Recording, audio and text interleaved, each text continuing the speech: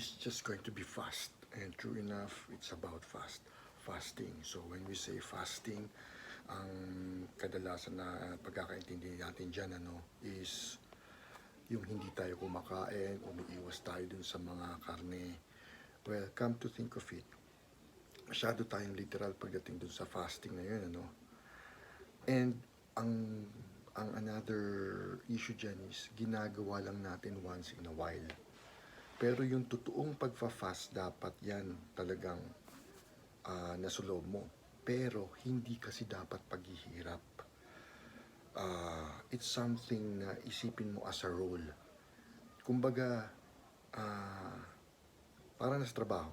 Okay, so before we go on dun sa ating gospel sharing for today, na something to do with fasting, gawin nating i-relate natin sa nangyayari ngayon, sa panahon natin ngayon, which is tulad sa work, So, malalaman natin dyan how we should go about yung mga fasting na yan.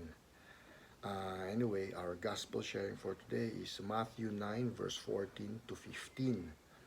Sabi dito, the disciples of John approached Jesus and said, "Why do we and the Pharisees fast much, but your disciples do not fast?" Jesus answered them, "Can the wedding guests mourn as long as the bridegroom is with them? The day will come when the bridegroom is taken away from them, and then they will fast." Ang ibig sabihin nito, pag i-relate natin doon sa mga makabagong panahon, o yung sa naayon sa panahon natin ngayon, andyan yung parang pag nasa work ka, we usually complain pag we're mere employees, na parang tayo na lang lagi yung naghihirap. Tapos yung mga boss natin, sitting pretty na lang, sila pa yung matataas ang sweldo. Diba? And then we complain na anak kasi ng Diyos, referring to yung mga owners or top management o yung mga pinaka-boss. Little do we know, na yung point na yun, sila yung kausap mismo There's so much pressure from them to really oversee the whole business operations. I'm not saying or I'm not justifying yung mga ibang maling ginagawa nila, na talagang valid naman yung kinocomplain ng ibang employees. But the point is, andyan yung point na minsan yung complaint natin is masyadong binibase natin dun sa equality, when in fact it's not equal, which is nasasabi nga dito na iba yung role nung bridegroom, which is yung representation nung na sinabi ni Jesus dito, and siguro yung mga groomsmen, which is yung mga disciples. So pwede i-compare yan dun sa nangyayari sa atin ngayon sa work, na parang may mga management team at meron din yung mga the ranks. Now, we should accept yung role natin. Ngayon, being professional enough, yun yung dapat nating intindihin.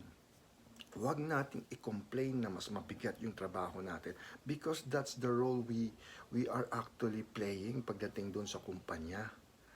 And nasusweldohan tayo ng tama. As long as tama, hindi ko sinasabi dito yung I mean, I'm just trying to set yung or nire-relate natin dito sa ganito, sa makabagong panahon. So, ando doon yung point na huwag tayong mag-complain, kasi if we're going to be professional about it, ginagampanan natin yung role natin na yun. As much as meron ding role yung mga boss to oversee yung mga yan. Imagine, ang concern natin is, or pag halimbawa, ikaw yung sa ranks, ang concern lang natin, ando doon yung expected of us na klase ng trabaho. Whereas yung mga bossing dyan, they have to oversee yung buong operation, na tipong talagang kailangan tumugma-tugma para hindi masira. And when they do that, chances are, pinangangalagaan yung buong operation para hindi bumagsak. Dahil pag bumagsak mismo yan, tayo rin namang lahat ang mawawalan. Diba? So, ganun yun ha. Again, hindi ko sinasabi na may kinalaman yung mga ibang maling palakad. Ito lang yung sinasabi ko lang yung as far as the structure of a business is concerned, no? Same thing with family. Minsan, yung mga magkakapatid, bakit ganito yung nakukuha ko? Bakit ako ganito? Bakit ako? Or yun nga, yung tinatawag natin ngayon ng mga Batman, Batboy, kasi laging, ba't ako? Ba't ako? Ba't ako? Ba't si ganito? Ba't si ganyan? Or kung nautusan maghugas ng pinggan, nautusan, bakit daw siya? To the point na, kino-complain natin yun, yun yung role mo. May ibang role din yung ibang, siguro, may ibang inutos. As much as the parents, sila naman yung nagte-take care ng family or nagtatrabaho si tatay, nag-aayos ng buong household si nanay, yung mga ganyang bagay. Same thing with dun sa ating gospel sharing today, no? Na wag nating isipin lagi yung kung bakit tayo nalalamangan. Ang isipin natin, when we are given a role or we are expected of something, let's deliver yung naayon na dapat nating ibigay, which is yung ngayon, as far as fasting is concerned, yung role na yun ibigay natin. But it's not supposed to be yung mga magko-complain tayo kasi feeling natin nahihirapan tayo. Oo, minsan nahihirapan. Oo, expected na mahirap.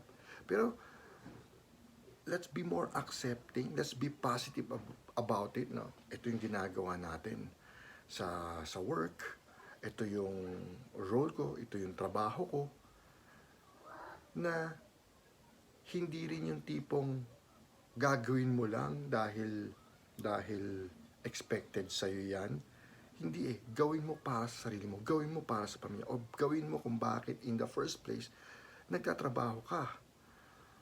Ganon din yung sa mga fasting, kasi ang sinasabi rin dito, no, when it comes to fasting, sana hindi yung mga ginagawa lang natin yan just because gusto natin mag-express, or dahil sa may ine-expect tayo. Gagawin natin yan because yun yung tamang gawin. Yun yung tamang gawain. And because we're doing that job, ang isipin natin yung pangmatagalan na effect.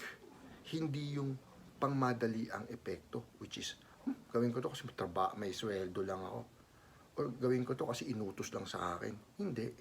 Gawin mo yan dahil yan yung nararapat na gawin. Dahil kung ginawa mo yan, ang makakabuti rin yan naman sa'yo at doon sa mga mahal mo sa buhay or para doon sa mga mahal mo sa buhay kung bakit mo ginagawa yan. Diba? So, ganun lang kasimple yan. Kung may mga mapag-uusapan pa naman natin sa ibang but di na muna tayo magtatagal. Sabi ko nga, this is just fast. So, it's all about fasting.